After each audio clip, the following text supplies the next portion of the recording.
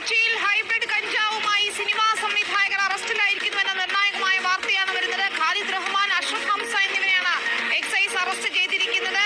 ഛായാഗ്രാഹകൻ സമീർ താഹിറിന്റെ ഫ്ളാറ്റിൽ നിന്നാണ് ഇവരെ പിടികൂടിയിരിക്കുന്നത്. രണ്ട് പ്രമുഖ സംവിധായകരാണ് ഇപ്പോൾ ഹൈബ്രിഡ് കഞ്ചാവുമായിട്ട് അറസ്റ്റിലായിരിക്കുന്നത്.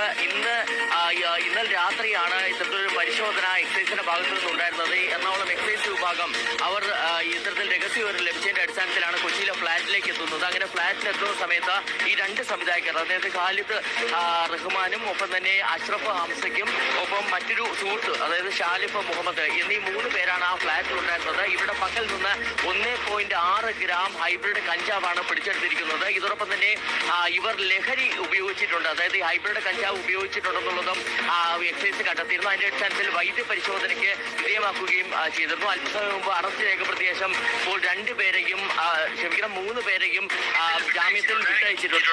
ഓരോ ദിവസം ചെല്ലുമ്പോഴും ഉണ്ടെങ്കിൽ സിനിമാ ഫീൽഡിൽ നിന്ന് ഇത് കണക്ക് മയക്കുമരുന്ന് ഉപയോഗിക്കുന്നത് അതോടെ തന്നെ ഉണ്ടെങ്കിൽ അതിന് കസ്റ്റഡിയിലാവുന്നവരുടെ ലിസ്റ്റ് ഉണ്ടെങ്കിൽ ഭയങ്കരമായിട്ട് കൂടിക്കൊണ്ട് വരികയാണ്. അങ്ങനെ ഒരുപാട് പേര് ഇത് കണക്ക് ലിസ്റ്റ് വന്നിട്ടുണ്ട്. അങ്ങനെ ഇരിക്കുന്ന സമയത്താണ് ഇപ്പോൾ 2 സംവിധായകർ ഇത് കണക്ക് വന്ന് പെട്ടിരിക്കുന്നത്. ഖാലിദ് ആൻഡ് അഷ്റഫ് എന്ന് പറഞ്ഞ 2 പേര്.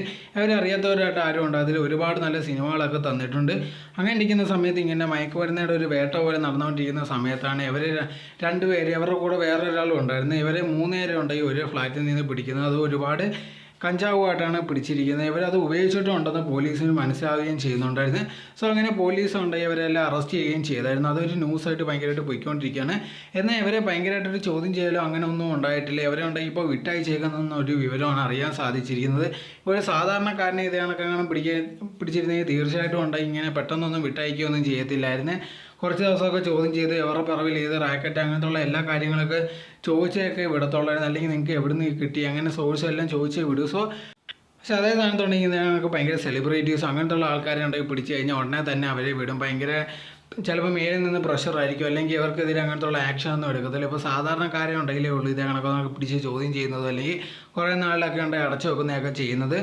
സോ എന്തായിരുന്നാലും ശരി, ഓരോ ദിവസം ചെല്ലുന്നവരുണ്ടെങ്കിൽ പുതിയ ആൾക്കാരുടെ ലിസ്റ്റ് ഇങ്ങനെ വന്നുകൊണ്ടേ ഇരിക്കുകയാണ്.